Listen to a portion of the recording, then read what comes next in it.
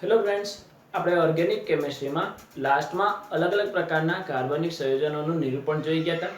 ત્યારબાદ આપણે ત્રિપરિમાણીય સંયોજનોનું નિરૂપણ જોઈ ગયા હતા અને હવે આજે જે છે કે અહીંયા આગળથી કાર્બનિક સંયોજનોનું વર્ગીકરણ કરીશું. તો કાર્બનિક સંયોજનોનું વર્ગીકરણ જે છે કે આપણે અહીંયા આગળથી બે અલગ અલગ પ્રકાર આપણે અહીંથી એના પ્રકાર પડે છે કાર્બનિક સંયોજનોના. તો એના કાર્બનિક સંયોજનોના તો એક છે અહીંયાથી અચક્રીય સંયોજનો, એટલે કે અથવા આપણે એમ લખી શકાય કે શૃંખલાવાળા સંયોજનો.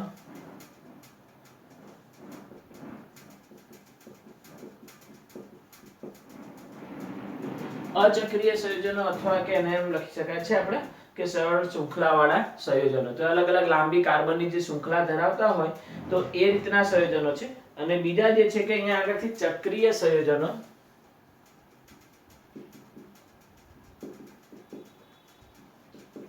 અથવા અહીંયા આગળથી એમ લખી શકાય બંધ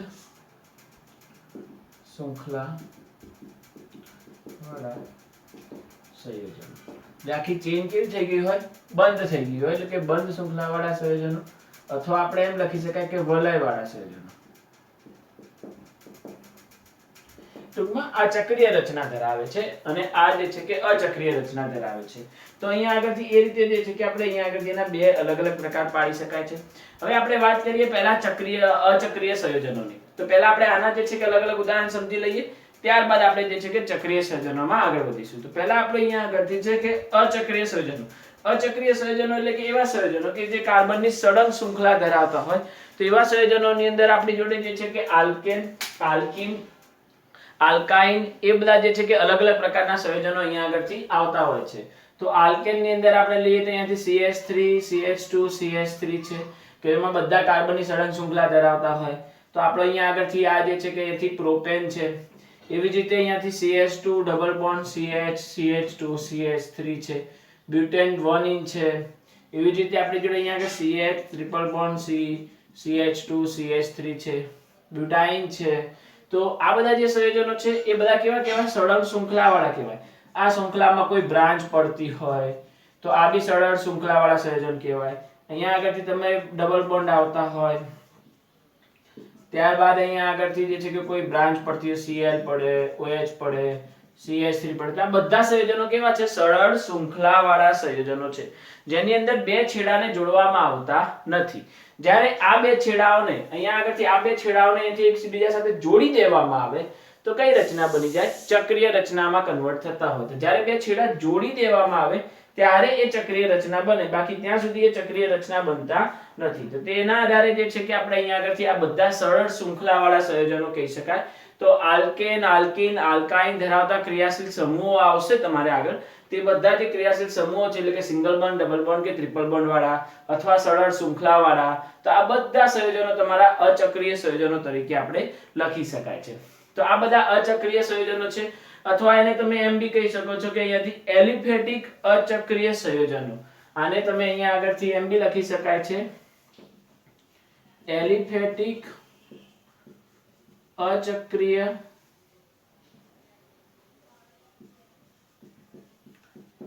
સંયોજનો. એલિફેટિક અચક્રીય સંયોજનો મતલબ કે અહીંયા આગળથી કે સરળ શૃંખલા, અચક્રીય કીધું છે એટલે કે સરળ શૃંખલા વાળા સંયોજનો. હવે એલિફેટિક અને એરોમેટિક અહીંયા આગળથી બે અલગ અલગ પ્રકારના આવે. એલિફેટિક એટલે કે એવા સંયોજનો કે જે કાળા ધુમાડા વાળી જ્યોતિ સળગતા હોય એરોમેટિક, અને જે સફેદ ધુમાડા વાળા જ્યોતિ સળગતા હોય એલિફેટિક.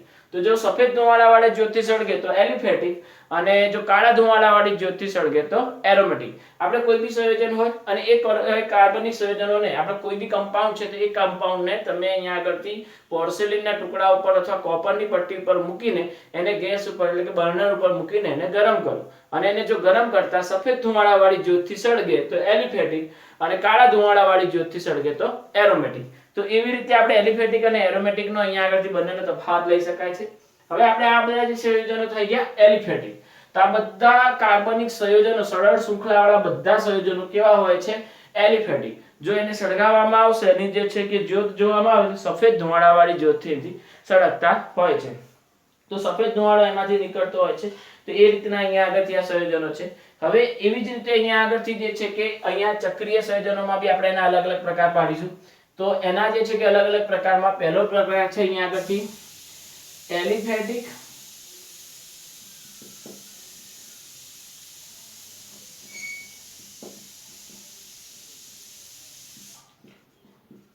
ચક્રીય સંયોજનો. એલિફેટિક ચક્રીય સંયોજનો. તો એલિફેટિક ચક્રીય સંયોજનો તરીકે આપણે અહીંયા આગળથી આને લઈ શકીએ કે એલિસાયક્લિક બી આને કહી શકાય છે. અને એલિસાયક્લિક તો એલિફેટિક ચક્રીય સંયોજનો અથવા એલિસાયક્લિક સંયોજન તરીકે આપણે એને લખી શકાય છે. તો એલિસાયક્લિક માં બી અહીંયા બી આ બી એલિફેટિક જ છે. તો એલિફેટિક એટલે એલિફેટિક ગુણધર્મ ધરાવતા હશે એટલે કે સફેદ ધુમાડાવાળી જ્યોતથી સળગતા હોય.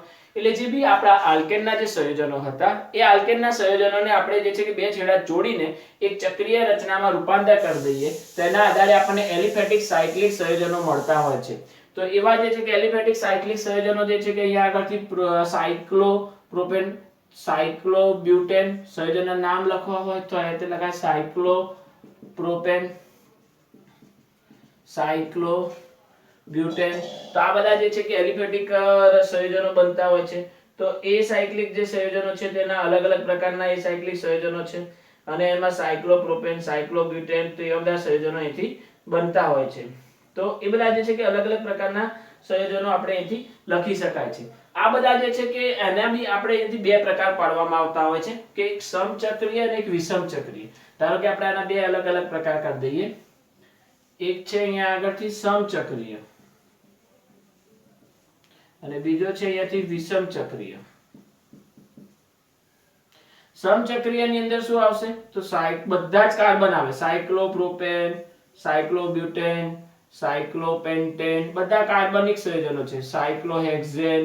તો આ બધા જે છે કે અહીંયા આગળથી સમચક્રીય સંયોજન સ્વરૂપે આપણને જોવા મળતા હોય છે. બધા કાર્બન છે. અહીંયા આગળથી એમાં કોઈ ડબલ બોન્ડ આવી જાય તો સાયક્લોહેક્ઝીન બી આપણે લખી શકાય. તો અહીંયા એક જગ્યાએ ડબલ બોન્ડ છે. બધા સમચક્રીય છે. સમચક્રીય કેમ છે કે બધા અહીંયા આગળથી કોણ છે કાર્બન છે. જ્યારે વિષમચક્રીયની વાત કરીએ તો વિષમચક્રીયમાં અહીંયા આગળ વચ્ચે કોઈક ઓક્સિજન આવી જાય છે. બધા કાર્બન નથી. આ બધા 4 કાર્બન છે અને એક ઓક્સિજન છે. એવી જ રીતે અહીંયા આગળથી જોઈએ તો એક 5 કાર્બન એક નાઇટ્રોજન આવી જાય તો આ વિષમચક્રીય થઈ જાય. તો આવી રીતના જે સંયોજનો આવે છે તેમાં સમચક્રીય અને વિષમચક્રીય આપણે જે છે કે અલગ અલગ પ્રકાર અહીંયાથી પાડી શકતા હોઈએ છીએ. તો આ સમચક્રીય અને બીજો જે છે કે અહીંયાથી વિષમચક્રીય. પણ આની અંદર જોઈએ તો બધા એક એરોમેટિક નથી. આ બધા કેવા છે એલિફેટિક છે. તો આ બધા એલિફેટિક ચક્રીય સંયોજનો સ્વરૂપે આપણને જોવા મળતા હોય છે. તો આ બધા અલગ અલગ પ્રકારના એલિફેટિક સંયોજનો છે જેમાં સમચક્રીય અને વિષમચક્રીય સંયોજનો આપણને જોવા મળે છે. ત્યારબાદ આપણે અહીંયા આગળથી વાત કરીએ અહીંયા આગળથી એરોમેટિક સંયોજનો. તો અહીંયાથી અલગ અલગ પ્રકારના એરોમેટિક સંયોજનો છે.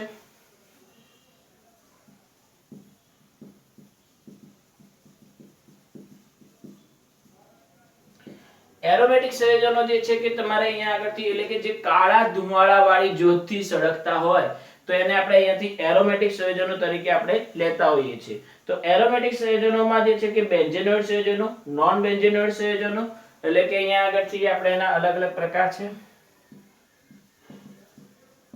બેન્ઝેનોઇડ સંયોજનો ત્યારબાદ છે નોન બેન્ઝેનોઇડ સંયોજનો અને ત્રીજો પ્રકાર છે વિષમ બેન્ઝીન. તો અથવા વિષમ ચક્રીય એરોમેટિક સંયોજનો એવું બી લખી શકાય. તો વિષમ ચક્રીય એરોમેટિક સંયોજનો. અહીંયા આગળ એલિફેટિક લખી શકાય અને ત્યાં આગળ એરોમેટિક લખી શકાય. તો આ રીતના જે છે કે અલગ અલગ એના પ્રકાર છે.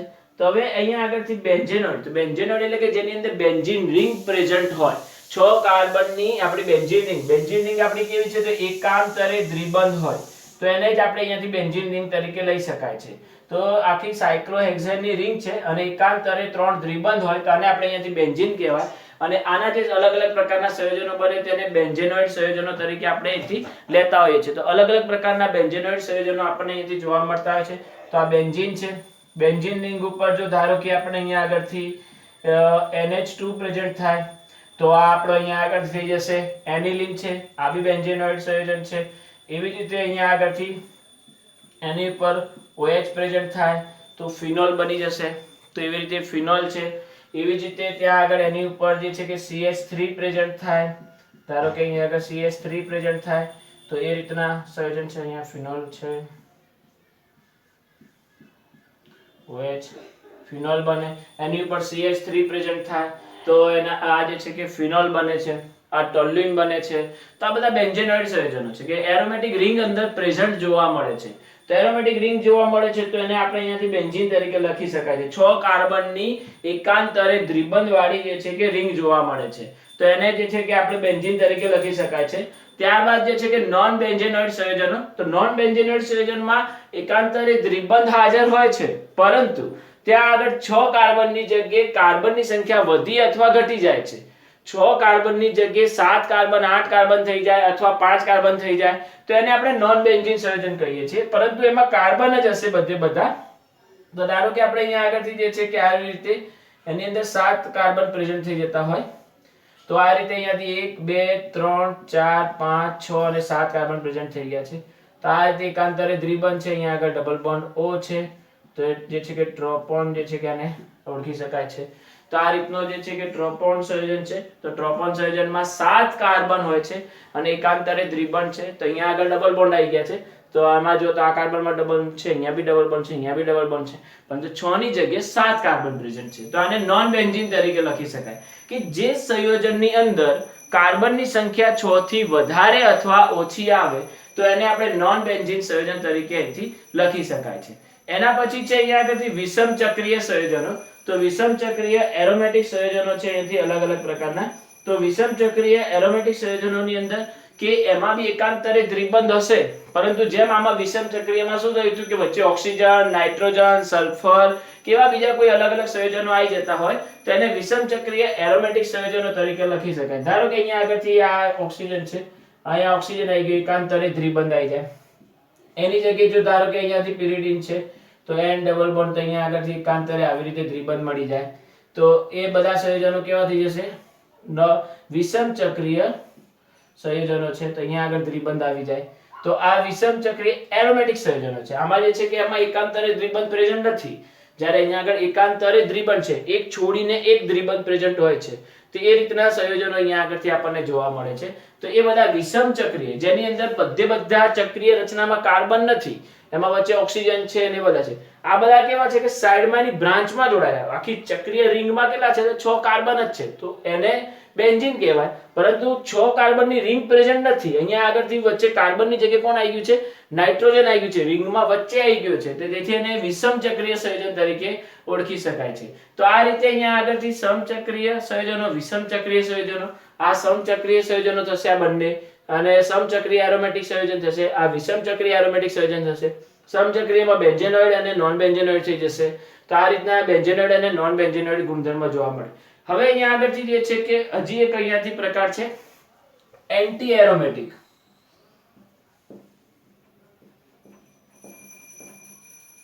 એન્ટી એરોમેટિક અને એરોમેટિક. હવે આ બંને જે છે કે એક એરોમેટિક ગુણધર્મ લાક્ષણિકતા ધરાવતા હોય છે. અહીંયા આગળથી 4n+2 પાઈ ઇલેક્ટ્રોન જેટલા અહીંથી જોવા મળે. 4n+2 એટલે આ એક હુકેલનો નિયમ આવે છે. બેન્ઝીન માટેનો એક હુકેલનો નિયમ છે જે તમે આગળ જતા અહીંથી જોશો. તો 4n+2 પાઈ ઇલેક્ટ્રોન પ્રેઝન્ટ હોય તો એના આધારે એને કહેવાય છે એરોમેટિક સંયોજન. અને જો એની અંદર જે છે કે આપણે 4n+2 પાઈ ઇલેક્ટ્રોન સિવાય એકાંતરે દ્વિબંધ હાજર હોય અને એમાં જે છે કે એવા સંયોજનમાં આપણે એન્ટી એરોમેટિક મળે કે જેની અંદર પાઈ ઇલેક્ટ્રોનની સંખ્યા તમને 4 8 12 16 એવી રીતે તમને 4 ના સહગુણકમાં, તો 4 ના સહગુણકમાં લેતા જાઓ તો 4 8 16 12 16 છે, 20 છે, 24 છે. તો એવા પાઈ ઇલેક્ટ્રોનની સંખ્યા મળે તો એને કહેવાય એન્ટી એરોમેટિક. એના સિવાય જો કોઈ પાઈ ઇલેક્ટ્રોનની સંખ્યા મળે તો એ કહેવાય એરોમેટિક. તો એરોમેટિક અને એન્ટી એરોમેટિકમાં તમારે પાઈ ઇલેક્ટ્રોનની સંખ્યા ગણવી પડે. અને એના આધારે જે છે કે તમે એરોમેટિક અને એન્ટી એરોમેટિકના ગુણધર્મોને અલગ તારવી શકાય છે. તો અહીંયા આગળથી એરોમેટિક સંયોજનોમાં 4n+2 પાઈ ઇલેક્ટ્રોન એટલે કે એક હુકેલનો નિયમ છે અને હુકેલનો નિયમ એ રીતનો છે કે 4n+2 પાઈ ઇલેક્ટ્રોન ધરાવતો હોય તો એ સંયોજન એરોમેટિક કહેવાય. આ નિયમને હું તમને આગળ સમજાવીશ કે કઈ રીતે આ નિયમ વર્ક કરે છે અને એ રીતના આપણે અહીંયાથી n બરાબર રિંગની સંખ્યા હોય છે અને 4n બરાબર રિંગની સંખ્યા છે +2 પાઈ ઇલેક્ટ્રોન.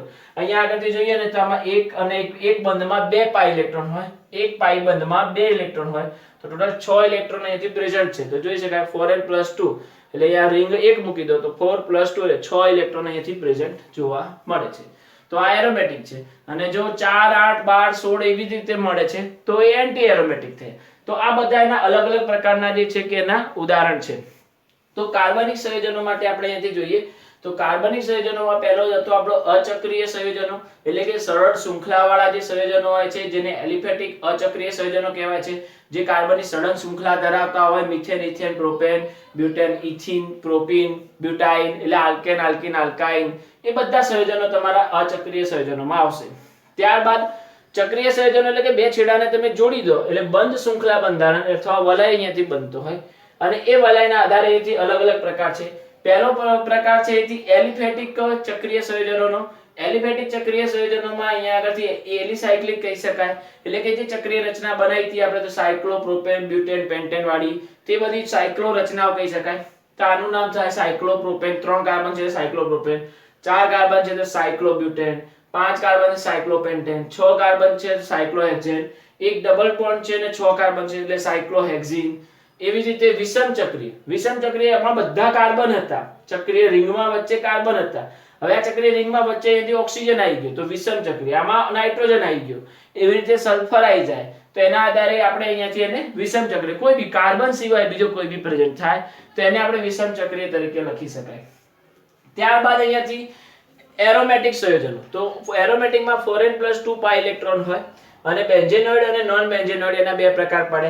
6 કાર્બનની રિંગ હોય તો બેન્ઝીન વાળા અને 6 કાર્બન સિવાયની રિંગ હોય તો એ બધા નોન બેન્ઝીન વાળા સંયોજનો થશે, તો નોન બેન્ઝેનોઇડ સંયોજનો થઈ જશે. અને જો કાર્બન સિવાય રિંગમાં વચ્ચે, આ રિંગમાં ના કહેવાય, રિંગની બહાર છે, જ્યારે રિંગમાં વચ્ચે આવી જાય તો વિષમ ચક્રીય, રિંગની બહાર આવે તો નોન બેન્ઝીન અથવા બેન્ઝીનમાં આપણે જેનો સમાવેશ થાય.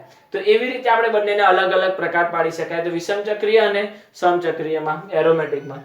ત્યાર પછી એન્ટી એરોમેટિકમાં પાઈ ઇલેક્ટ્રોનની સંખ્યા કેટલી આવશે? 4 8 12 16 એટલે કે એવી રીતે 4 ના સહગુણકમાં એના પાઈ ઇલેક્ટ્રોનની સંખ્યા આવે તો એ એન્ટી એરોમેટિક ગુણધર્મ ધરાવે છે. તો એ રીતે આપણે એને લખી શકાય. હું તમને એરોમેટિક અને એન્ટી એરોમેટિક માટે અહીંયા આગળથી થોડાક ઉદાહરણ હજી અલગથી કરાવું તો એના આધારે તમને વધારે આઈડિયા આવે કે એરોમેટિક કોને કહેવા અને એન્ટી એરોમેટિક કોને કહેવા.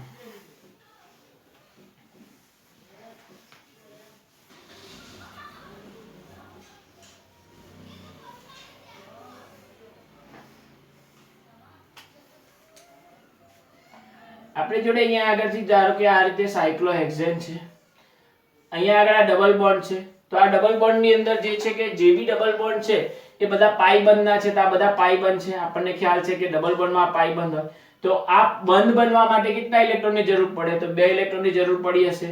તો ટોટલ પાઈ ઇલેક્ટ્રોનની સંખ્યા કેટલી? તો અહીંયા આગળ 6 પાઈ ઇલેક્ટ્રોન પ્રેઝન્ટ છે. 6 પાઈ ઇલેક્ટ્રોન પ્રેઝન્ટ છે એટલે મતલબ આ સંયોજન કેવો થઈ ગયો? અહીંયા આગળથી એરોમેટિક. તો અહીંયા આગળથી 4n+2 પાઈ ઇલેક્ટ્રોનના નિયમને ફોલો કરે છે. જો 4n+2 પાઈ ઇલેક્ટ્રોનના નિયમને ફોલો કરે તો 4n+2 પાઈ ઇલેક્ટ્રોન, તો મતલબ આ કેવો થઈ જશે? એરોમેટિક થઈ જશે.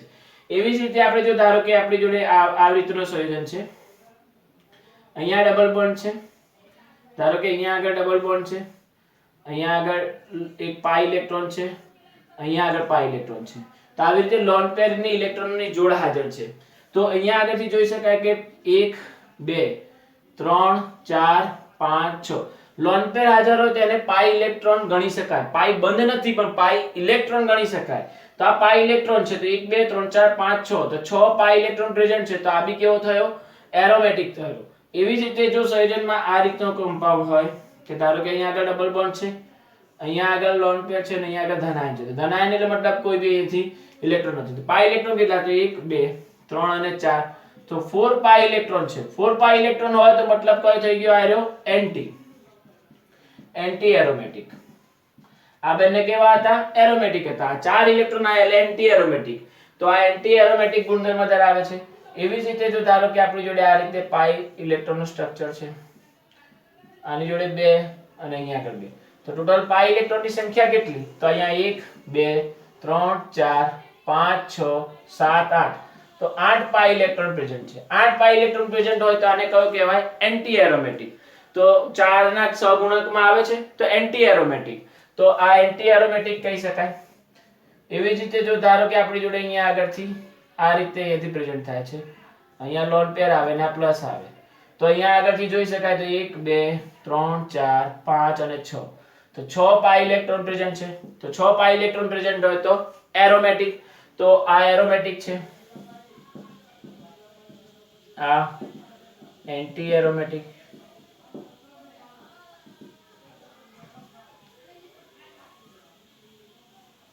ધારો કે આ રીતનું સંયોજન છે, આની અંદર ઇલેક્ટ્રોન ગણીએ તો આ 1 2 3 4 5 અને 6, તો 6 પાઈ ઇલેક્ટ્રોન પ્રેઝન્ટ છે, તો 6 હોય તો એરોમેટિક.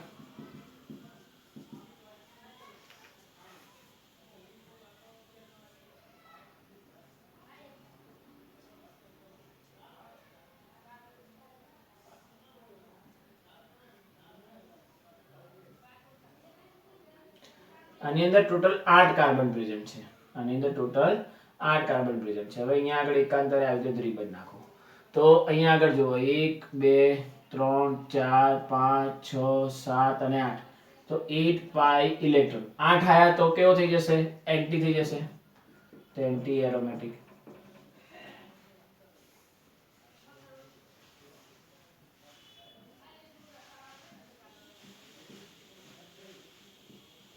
અહીંયા ધન આવી જાય, તો મતલબ કે અહીંયા આગળ જોઈ શકાય તો 1 2 3 4, તો 4 પાઈ ઇલેક્ટ્રોન આયા, તો 4 પાઈ ઇલેક્ટ્રોન આવે તો એન્ટી એરોમેટિક.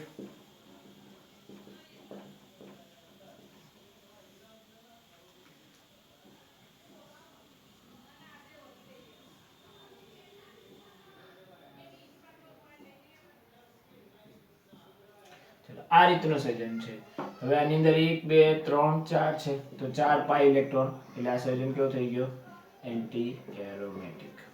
તો આ રીતે તમે 4 8 12 કે એવી રીતે આવે તો એન્ટી એરોમેટિક, અને બીજા જે બાકીના જો કોઈ આવે તો એરોમેટિક. પણ એકાંતરે દ્વિબંધ કેવી રીતે હોવા જોઈએ? પાઈ ઇલેક્ટ્રોન પ્રેઝન્ટ હોવા જોઈએ, તો એના આધારે એને એરોમેટિક કે એન્ટી એરોમેટિકમાં તમે અહીંયાથી કન્વર્ટ કરી શકો છો. તો એરોમેટિક ગુણધર્મ ધરાવે છે કે નહીં? તો એરોમેટિક અને એન્ટી એરોમેટિકમાં એક બીજી વસ્તુ ખાસ છે કે દરેક કાર્બનનું સંકરણ તમારું sp2 હોવું જોઈએ.